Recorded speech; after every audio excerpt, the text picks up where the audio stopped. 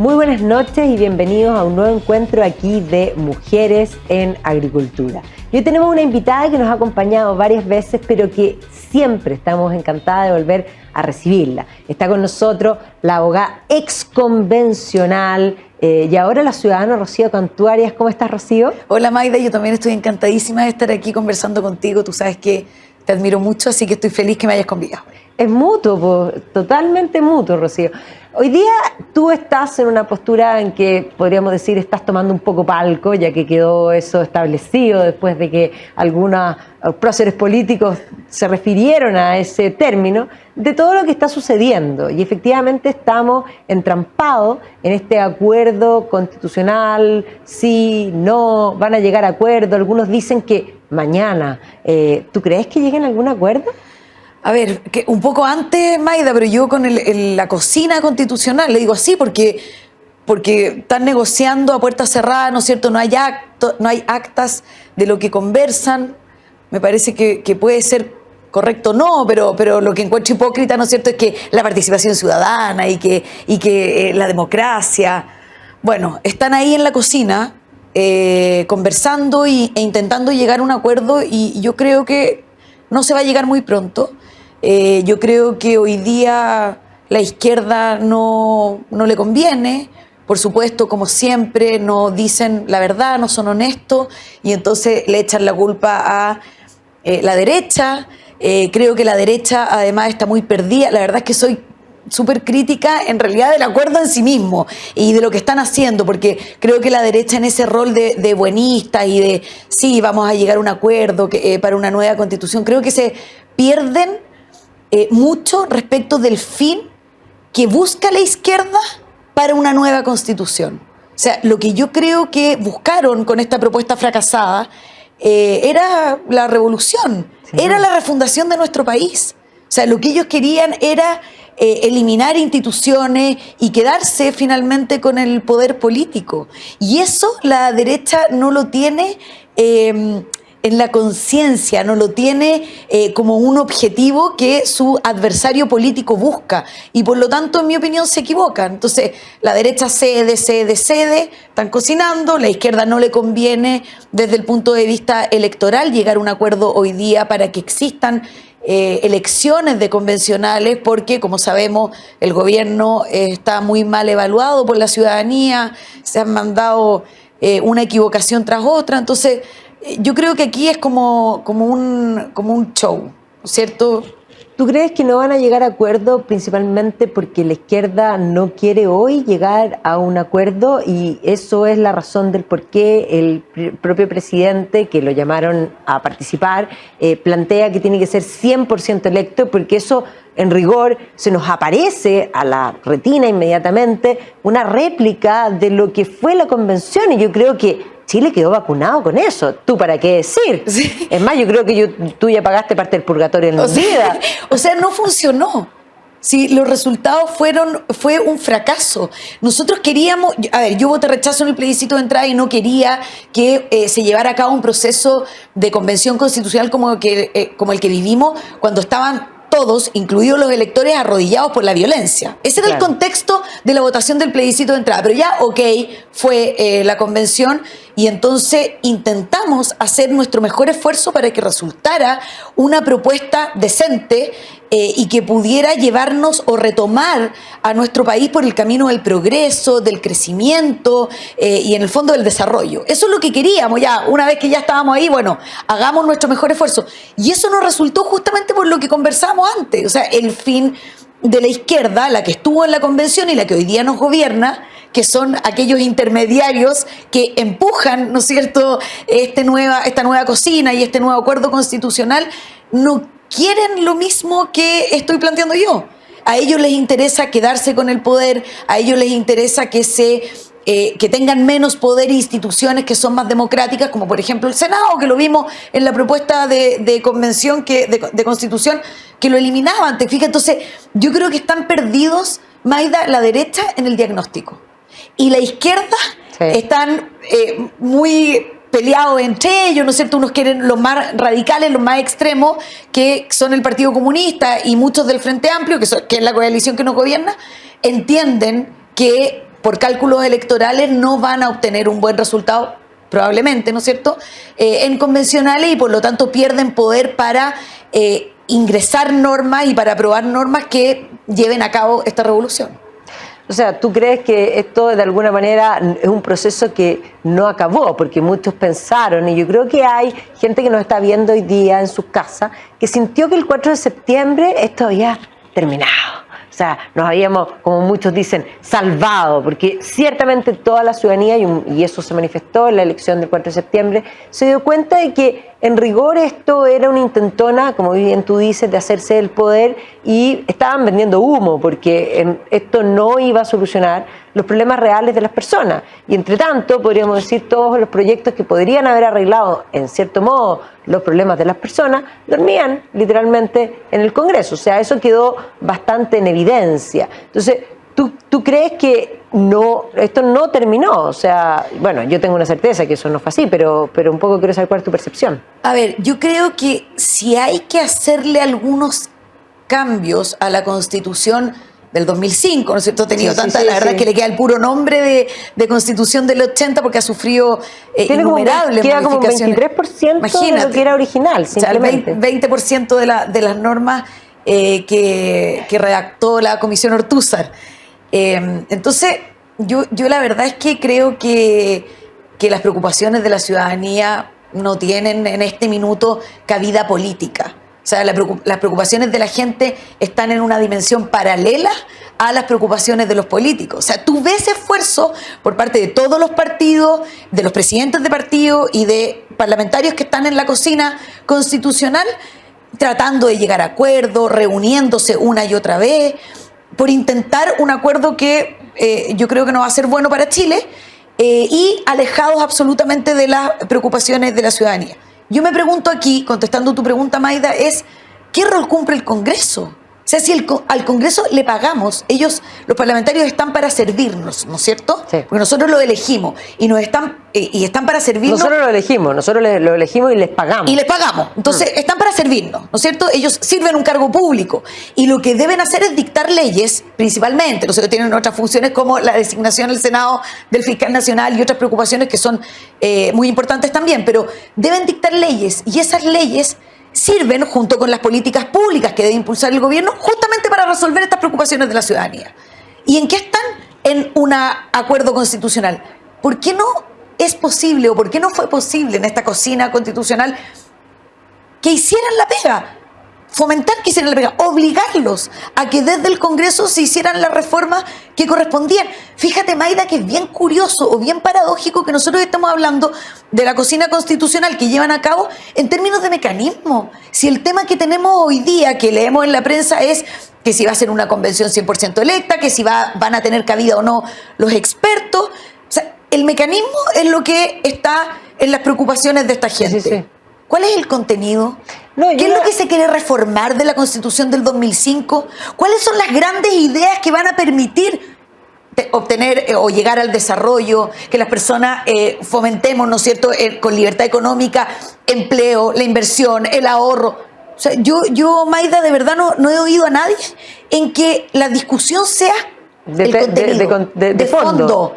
O sea, es una cosa que les acomoda mucho a los políticos, y ahora lo digo alejándome un poco y ya terminé mi rol, gracias a Dios, de convencional. Entonces, como dices tú, desde una opinión ciudadana, yo creo que la discusión está en una zona de confort de los políticos. O sea, deben estar chochos tomando café en el ex Congreso y discutiendo con la calculadora electoral cuál es el mecanismo. Pero no he oído a nadie decir, no, ¿sabes qué? A nosotros nos parece que las reformas deberían ir por este camino. A nosotros esta otra. Ya, veamos cuál es el contenido y obliguemos al Congreso a hacer su pega. Por supuesto, o sea, hablar cosas de fondo de lo que van a hacer en un potencial nuevo proyecto constitucional. Porque de reforma, por ejemplo. Es bien importante eso que tú estás planteando, porque tú dices, bueno, vamos a hacer una nueva constitución. ¿Y qué es lo que queremos cambiar? ¿Qué es lo que realmente...? Porque lo que sí quedó claro en el proceso anterior es que no queremos refundar. Y por lo tanto, tal vez el ejercicio al revés. que ya tenemos basados. Yo sé que hicieron unos bordes y esos bordes de alguna manera plantean un poco esa idea de qué cosas hay que conservar. Pero ahí vuelvo un poco a lo que tú estabas planteando, porque tú dices, el Congreso está tremendamente, desprestigiado. Y ahí mi pregunta es si no es deliberado en cierta forma. Yo sé que dan de comer porque efectivamente hay ciertos personajes dentro del Congreso que se aparecen cada cierto tiempo y que llaman bastante la atención, y ahí uno se pregunta ¿por qué no pedimos más requisitos para ser parlamentario? Pero más allá de eso y de las malas actitudes de las personas, me parece que hay una intención política deliberada del sector más de izquierda de resaltar aquellos errores y aquellas malas conductas que pueden ser menores o mayores, pero si es menor, convertirla en algo que realmente haga eco, porque ellos quisieran eliminar, volver a lo anterior, volver a lo que apareció en la convención. Cuando tú dijiste el Senado, ellos querían eliminar el Senado, pero ellos siguen queriendo eliminar el Senado. Es más, ellos quieren seguir haciendo exactamente lo que la ciudadanía rechazó, de un modo distinto, de un modo más lento, de un modo camuflado, pero ellos básicamente lo que pretenden es que sea la Constitución de ellos o ninguna. Es que tú diste en el punto, porque Mayda, tú dices, lo que quedó claro después del plebiscito del 4 de septiembre es que el 62% de los chilenos le dijeron que no a la refundación. Eso lo tienes claro tú y lo compartes, y lo tengo claro yo y lo comparto, pero no es la idea, y por eso decía que había un error de diagnóstico de las personas que quieren la refundación. Eso lo primero. Lo segundo, respecto de la reputación o la aprobación ciudadana del Congreso, estamos claros, la última encuesta ciudadana, ¿no es cierto?, no alcanzó el 20% de aprobación en el Congreso, creo que bordeó el 17%. Entonces es una muy mala aprobación, ¿no es cierto?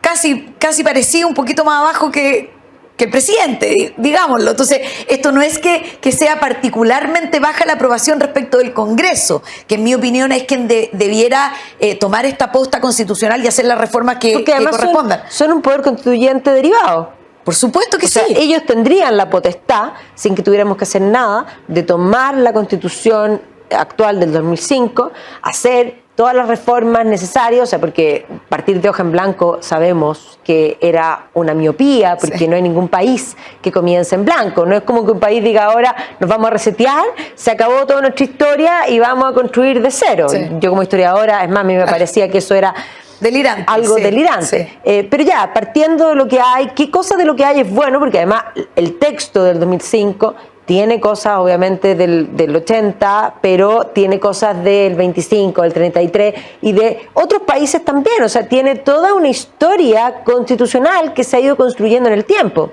Claro, pero Mayda, en términos de borde, que es de contenido, que es lo que tú estás diciendo, recojamos no solamente nuestra tradición constitucional, sino que muchas de las normas que han evolucionado junto con nuestra sociedad, que vienen de constituciones anteriores.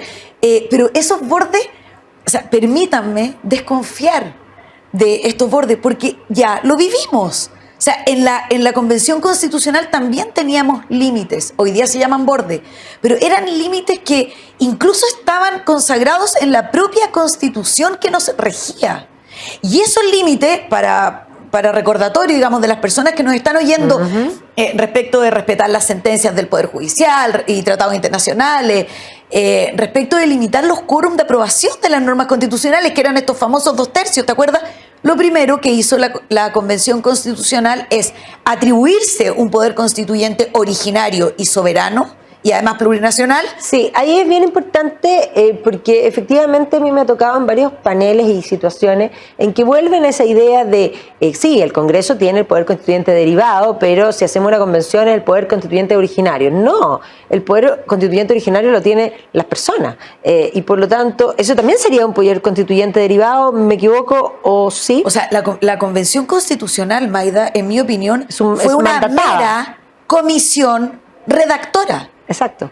Una mera comisión redactora. Si hubiésemos tenido incluso, bueno, es discutible, pero si hubiésemos tenido incluso, hubiéramos sido titulares del poder constituyente derivado, podríamos haber reformado la Constitución del 2005, exacto, ¿no?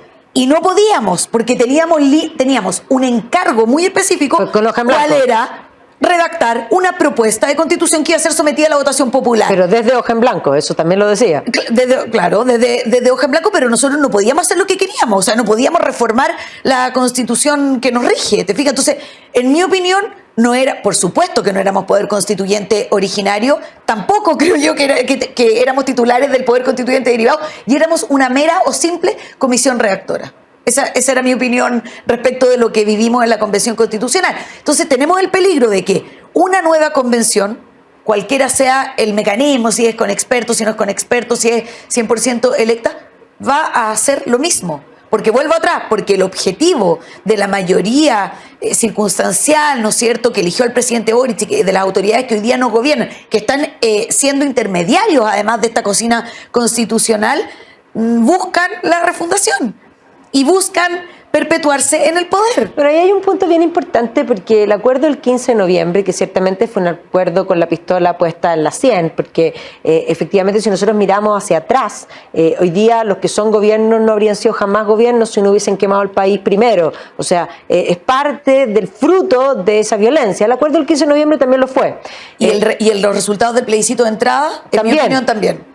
También, y además a eso agreguémosle, porque el plebiscito de entrada tiene que ver con otra desvirtuación tremendamente importante que tiene que ver con la pandemia y con un momento deliberado después de que habían amenazado de que se te vas a morir y que esto era terrible, de un segmento muy importante, sobre todo de tercera edad, que no votó, un poco por temor a su vida, después de todo lo que le habían dicho, porque después de que te habían encerrado de un modo realmente impresionante, de repente te dicen, bueno, y ahora vayan a votar. Sí. O sea, era como realmente, yo dije en una entrevista el fin de semana que era digno del País de las Maravillas. Buenísima la entrevista. Léanla, cuenta cómo se llama sí, en el Mercurio, buenísimo. Es como un perfil, sí, una cosa, pero efectivamente sí. El País de las Maravillas, Sí. porque es como en el fondo esta contradicción perpetua de no pueden salir, está en riesgo su vida, ahora todos pueden salir porque en el fondo es totalmente inicuo, no les va a pasar nada, pero ya están todos apanicados. Sí. O sea, ahí hay una desvirtuación que yo considero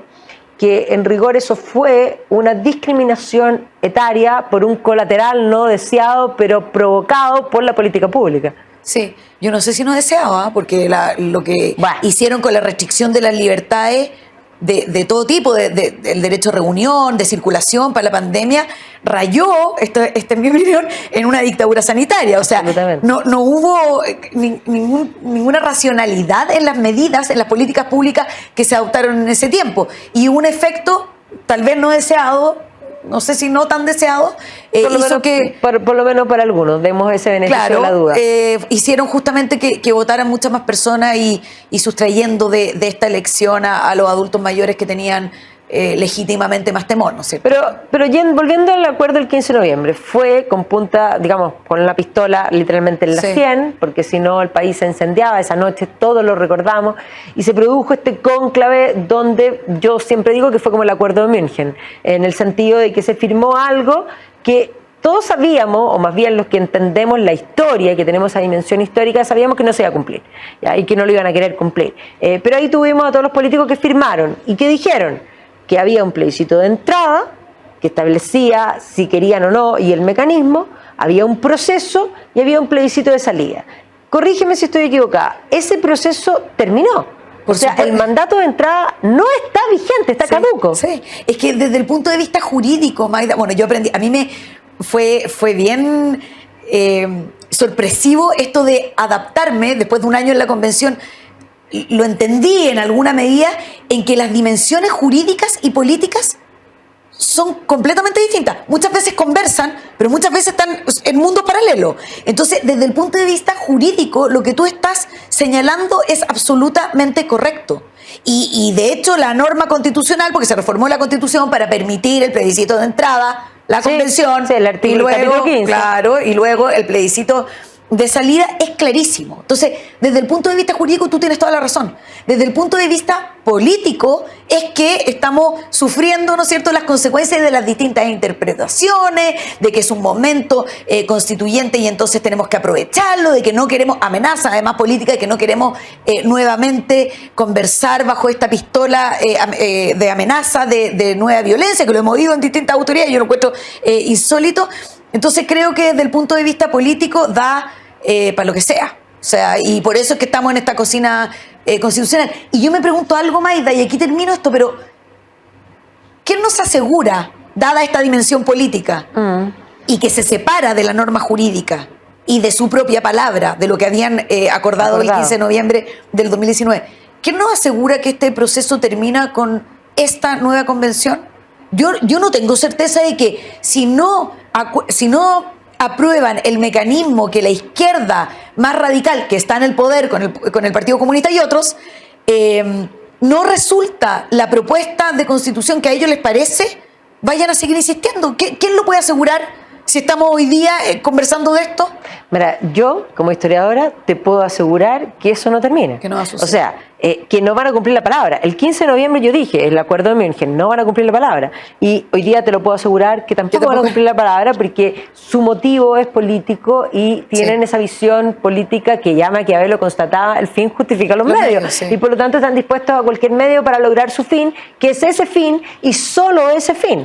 Ahora, una cosa importante. Si volvemos a lo jurídico, si está caduco y ellos mismos dicen, es más, hoy día están entrampados en el mecanismo, y como están entrampados en el mecanismo, acusan a la derecha de excesivo tecnicismo y de no confiar en la gente y no estar dispuesto a ser suficientemente democrático, este concepto de abrir la democracia. Yo me pregunto, si el mecanismo terminó y se caducó, bueno, si vamos a abrir un proceso que yo puedo considerar o no que sea legítimo iniciar un nuevo proceso, pero para que sea legítimo tenemos que volver a preguntar a la gente. Es decir, tendríamos que hacer un nuevo plebiscito de entrada, pero ahí no quieren. Y ahí viene la pregunta, no quieren porque temen que la ciudadanía hoy día, después del 4 de septiembre, tal vez diga que no quieren una nueva constitución. Sí, absolutamente. O sea, esto es la hipocresía política, Maida, porque no solamente están dándose vuelta en el mecanismo y no hemos visto como propuesta un plebiscito de entrada. Así no está. Es lo que no existe. O sea, hay algunas voces que lo han mencionado, pero cuando, es más, aparecen esas voces, se encargan de tirarlo para el córner. Sí, ya que estamos a modo mundial. No es en el fondo una propuesta seria que se esté discutiendo, pongámoslo así, ¿no es cierto? Pero antes de eso, tampoco es que les interese mucho la opinión ciudadana si es que tuvimos un resultado contundente como el que tuvimos. Entonces, yo, hito uno, diría, oye, siguen con la cocina constituyente el 6 de septiembre. O sea, el plebiscito fue el domingo y el martes ya había un grupo de presidentes de partido y de parlamentarios en La Moneda diciendo, ya, ¿cómo seguimos? ¿No es cierto? Entonces, primerito, no consideran, en mi opinión, la manifestación de voluntad en las urnas de la ciudadanía. Y en segundo lugar, se les olvida el plebiscito de entrada. Y en tercer lugar, se les olvida que los parlamentarios son elegidos democráticamente por la voz popular en las urnas. ¿Te fijas? Entonces, es de una hipocresía política soberana. Y hay otra cosa esto más. De que no quieren, necesitamos convención 100% electa y quieren a la comisión de expertos porque no pescan a la ciudadanía. Es una hipocresía. Además hay unas propuestas que establecen ya que hayan expertos, que acompañen el proceso completo, pero que no tengan voto. Es decir, que hayan expertos pero no hayan expertos, es una cosa muy curiosa. Pero además la ciudadanía quedó totalmente, podríamos decir, vacunada, ya que estamos tanto que nos vacunaron, ahí sí que nos vacunaron, con respecto a lo que fue el proceso mismo de la convención. La convención se pasó, ya que tanto pueblo querían, 25 pueblos, pero más allá de eso, ellos que hablan de extender digamos, la participación ciudadana, abrieron instancias de participación ciudadana en la que todos participamos y que además sí hay que reconocer que los formularios y las cosas digitales fueron bastante increíbles. Yo participé en varias y además participamos entusiastamente con el apoyo de las firmas, con las firmas y qué sé yo, y con las propuestas que tenías que leerlo, y además creo que la parte online funcionó increíble. O sea, recuerdo haber ayudado a varias personas a enseñarles y en el fondo insté a que más gente participara porque era importante y nos involucramos todos. Me pongo también como parte de eso. Pero lo que sentimos aquellos que participamos, y yo sé que tú lo sabes por dentro, es que tomaron esto y no lo consideraron. Por lo tanto, nunca quisieron que la ciudadanía participara. No, no quisieron y siguen no queriendo, Maida, porque ¿por qué no tenemos actas de esta negociación? Si interesa que todo sea transparente, las audiencias públicas a las que tú estás haciendo referencia, tú estás haciendo referencia a las iniciativas populares de norma, pero ok, también hubo audiencia pública para recordarlo, te fijas en que cualquier ciudadano podía ir a exponer. Por 2 minutos 40. Primero era más y después fueron No, acortando es que el tiempo. era una insólito. cosa que realmente Sí, tú no podías, o sea, ahí no hubo ni pensamiento ni deliberación, porque además no solo no tenías tiempo para presentar, sino que aquellos que juzgaban no tenían conocimientos técnicos para juzgar nada. Sí, Esto es como que, no sé, por eso vuelvo al País de las Maravillas, porque en el País de las Maravillas podríamos decir que el más cuerdo es la oruga que fuma opio. Sí, sí. Así es, tal cual. Y entonces, insisto con este concepto de hipocresía política, porque que nos interese, no. Es para hacer un punto político con el adversario, para aquellos que quieren convención 100% electa, entonces le dicen a usted no le gusta la participación ciudadana.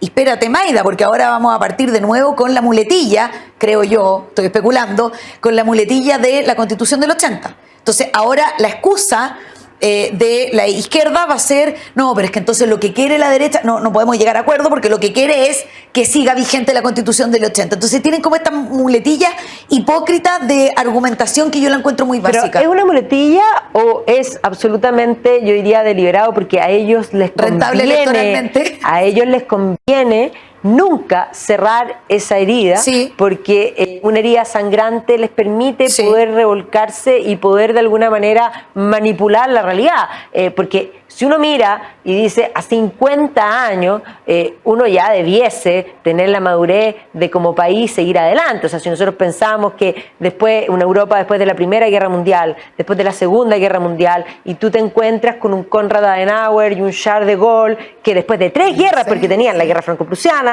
la Primera Guerra Mundial, la Segunda Guerra Mundial, o sea, estamos hablando de 1870, 1914, 19, en el fondo 39 al 45, finalmente se dan la mano y construyen Europa, y son capaces, y tal vez por ese bagaje cultural, histórico, de construir hacia adelante. Y después recordemos esa foto fantástica cuando se unifica Alemania de Helmut Kohl, de la manito con François Mitterrand, que es una cosa que uno dice, pero ¿cómo? ¿Ya? Pero aquí somos incapaces, pero yo creo que somos incapaces porque hay un sector político que no quiere que sigamos adelante. Que no quiere que sigamos adelante y que tiene ambiciones políticas, ¿no es cierto? Por eso, el hombre, la nueva sociedad, ese es el objetivo. Y creo que, bueno, que ha sido súper generosa comparando a estos políticos con estos grandes acuerdos, ¿no es cierto?, de relevancia internacional con las autoridades que no... Es que yo no lo he comparado, yo los he contrastado. O sea, yo digo, nosotros no tenemos la grandeza de hacer un proceso así y tampoco tenemos estadistas de esa altura. Claro, pero y además, Maida, ni siquiera es avancemos, porque creo que son voy a decirlo en castellano, dado este lenguaje coloquial que nos ha caracterizado en este programa, yo creo que es una tropa de inepto. Entonces, ¿qué más van a hacer que seguir abriendo las heridas que tú dices en que les conviene que sigan sangrando? Y ves que se aprobó un presupuesto para la conmemoración de los 50 años del pronunciamiento militar para el próximo año. O sea, de eso están preocupados. La gente está súper cabreada, Maida, con este tema constitucional.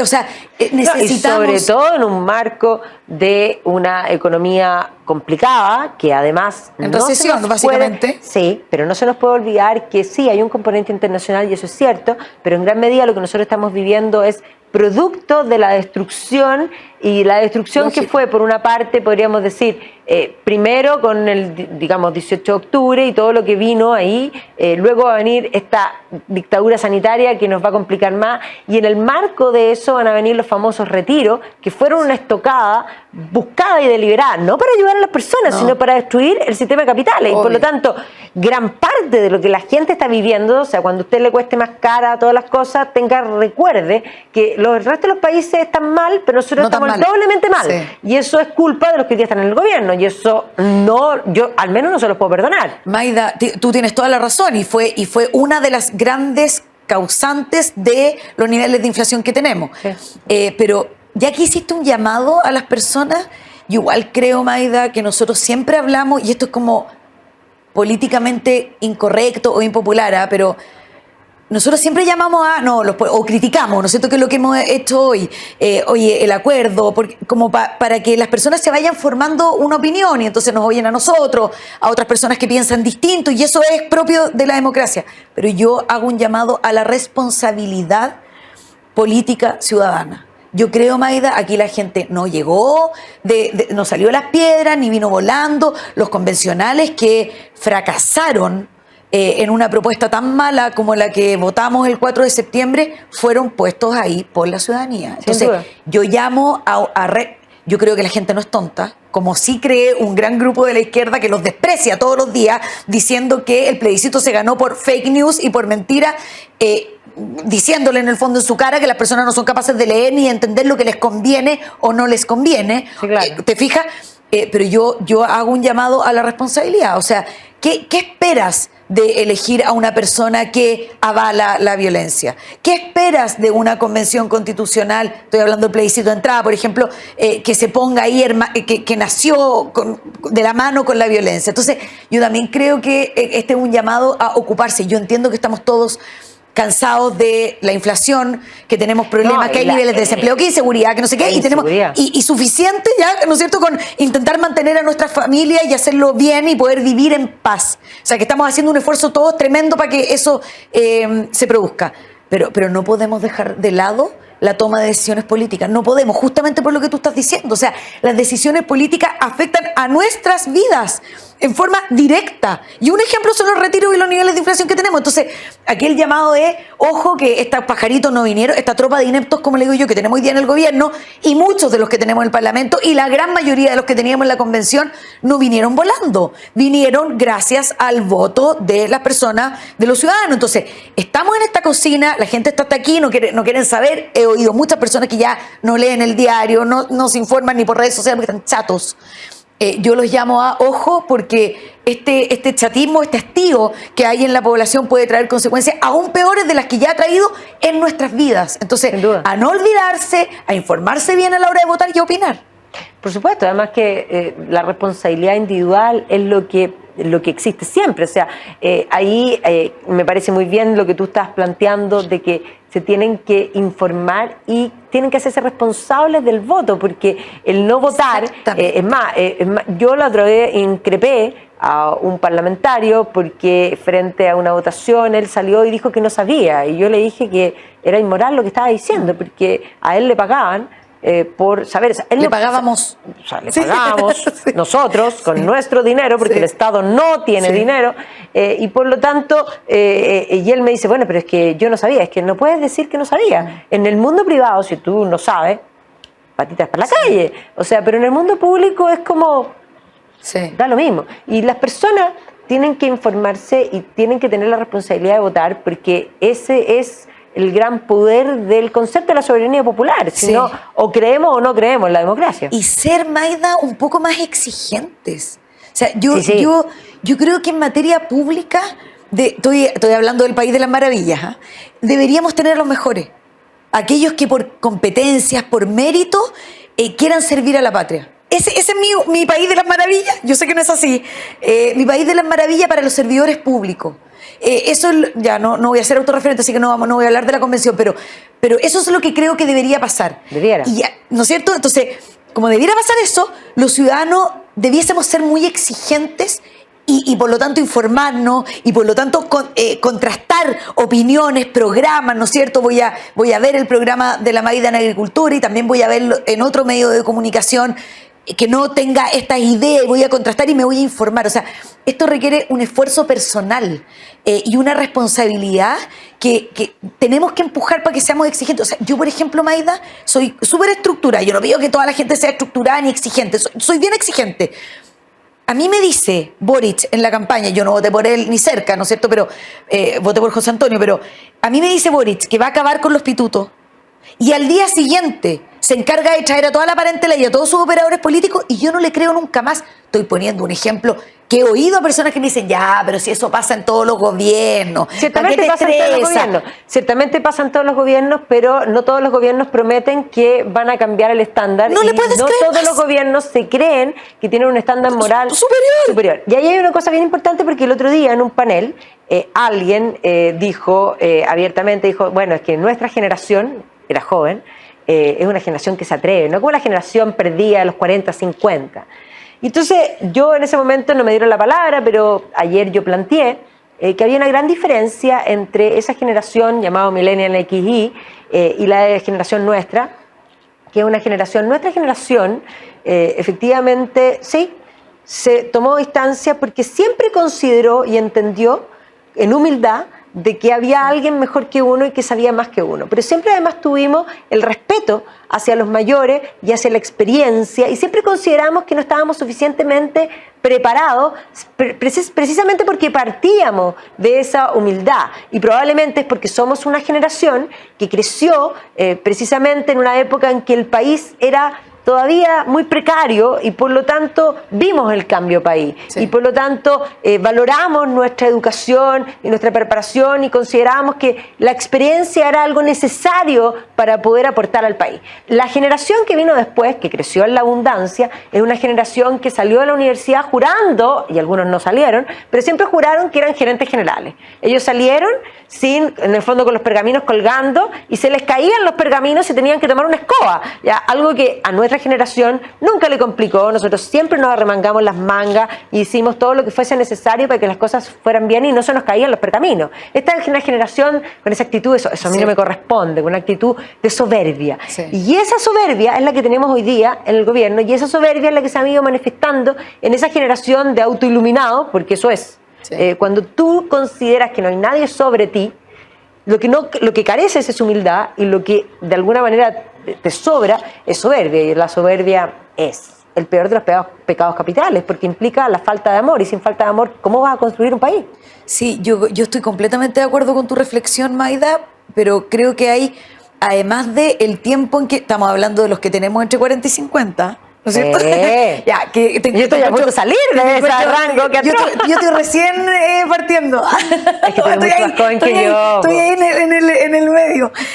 Yo creo que además de vivir no con la abundancia que tenemos hoy, y tiene toda la razón, pero además creo que había un esfuerzo, y vuelvo a la responsabilidad de los padres, de las madres, de la familia, en preocuparse de que nosotros fuéramos humildes y en el respeto de la autoridad. Absolutamente. O sea, tú no le contestabas a tus papás jamás como contestan hoy día los niños. Y a los profesores tampoco. Los profesores eran la autoridad y uno jamás iba a increpar con una falta de respeto, es decir, el director del colegio era, pero es decir, el presidente de la República, el presidente de la República.